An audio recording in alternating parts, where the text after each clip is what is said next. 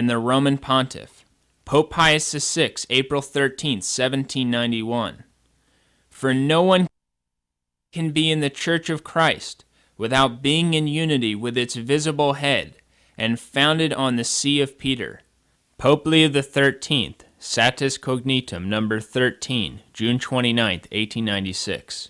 Therefore, if a man does not want to be, or to be called a heretic, let him not strive to please this or that man, but let him hasten before all things to be in communion with the Roman See. Dignitatis Humanae, Declaration on Religious Liberty.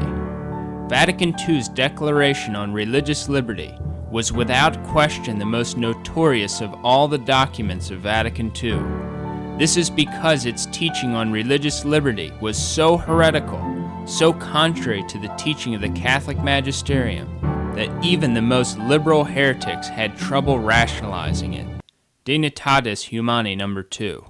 This Vatican Synod declares that the human person has a right to religious freedom.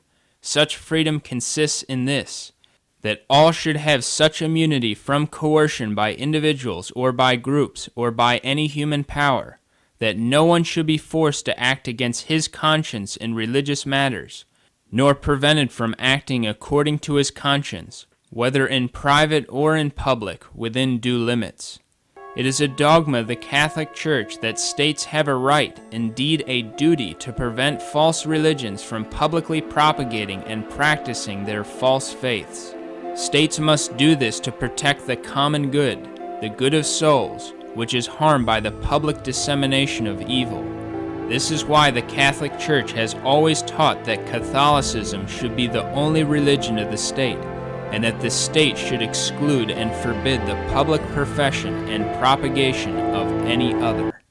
Pope Pius IX, Syllabus of Errors, December 8,